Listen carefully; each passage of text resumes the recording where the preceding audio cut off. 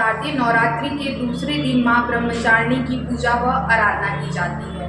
काशी में गंगा किनारे बालाजी घाट पर मां ब्रह्मचारिणी का भव्य मंदिर स्थित है, जहां लंबी लंबी लाइनों में भक्त एक सुबह से ही माता के इस रूप का दर्शन प्राप्त करने के लिए खड़े रहते हैं।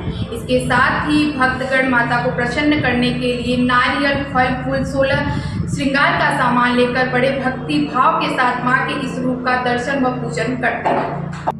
मां ब्रह्मचारिणी की उपासना एवं आराधना करने से भक्तों को अनेक प्रकार की सिद्धि प्राप्त होती है, जैसे तप, त्याग, वैराग्य, सदाचार इत्यादि की वृद्धि होती है। इनकी कृपा से भक्तों को सर्वत्र विजय की भी प्राप्ति होती है। जीवन के अनेक प्रकार की परेशानियां भी इनकी आराधना करने से समाप्त हो जाती है। माता ब्रह्मचारिणी के दाहिने हाथ में अक्षमाला और बाएं हाथ में कमंडल विराजमान रहता है। यहाँ न सिर्फ काशी से बल्कि अन्य शहरों व अन्य जिलों से भी लाखों भक्त मां के दर्शन व पूजन करने के लिए पहुँचते हैं। नवरात्रि में भक्तों की संख्या और भी अधिक बढ़ जाती है। मान्यता यह है कि मां के इस रूप का दर्शन करने वाले भक्त को संतान सुख मिलता है। इसके साथ साथ उनकी हर मनोकामना भी पूर्ण होती है।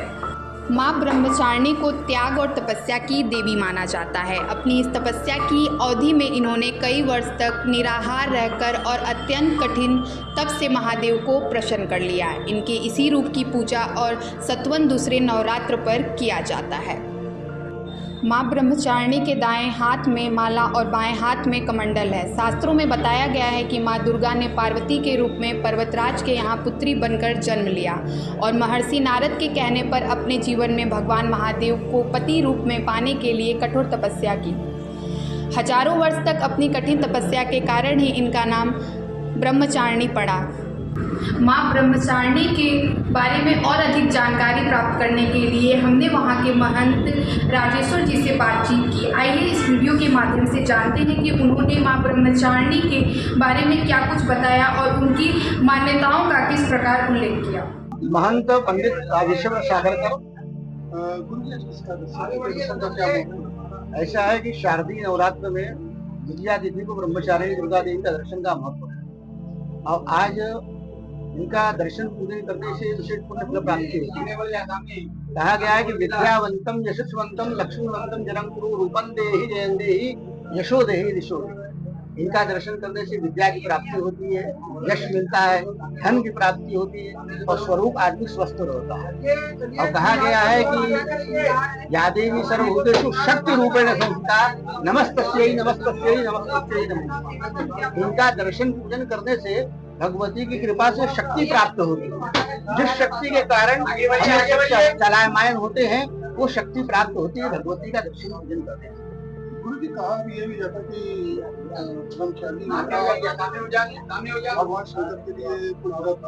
हाँ, वो ऐसा है कि जब ये 7 वर्ष की अवस्था थी तब इन्होंने भगवती ने भगवान शिव को प्राप्त करने के लिए कठोर तपस्या किया था और तपस्या बहुत कठोर किया है, जिसके कारण तीनों लोगों में इनका ताप सहन नहीं हो रहा।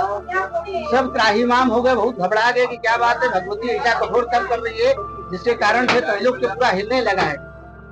तो भगवान शिव ने इनको दर्शन दिया और दर्शन देने के बाद भगवती ने जो उनकी मनोकामना थी कि इनको पति के स्वरूप प्राप्त हो करने के लिए ये इतना तपस्या किया था भगवती ने, इसलिए भगवान शिव ने इनको वरदान दिया कि जल्द से जल्द जितना समय होगा उस पश्चात उनका विवाह उससे। काशी में स्थित मां ब्रह्मचारिणी का स्वरूप पूर्ण ज्योतिमय एवं अत्यंत भव्य है। इनके दाहिने हाथ में जबकि माला और बाएं हाथ में कमंडल रहता है। जो देवी के इस रूप की आराधना करता है उसे साक्षात परब्रह्म की प्राप्ति होती है। कहा यह भी जाता है मां के दर्शन मात्र से ही श्रद्धालु को यश और कीर्ति प्राप्त होती है। वाराणसी से जुड़े तमाम अपडेट्स के लिए हमारे साथ देखते रहें जर्नलिस्ट कैफे। धन्यवाद।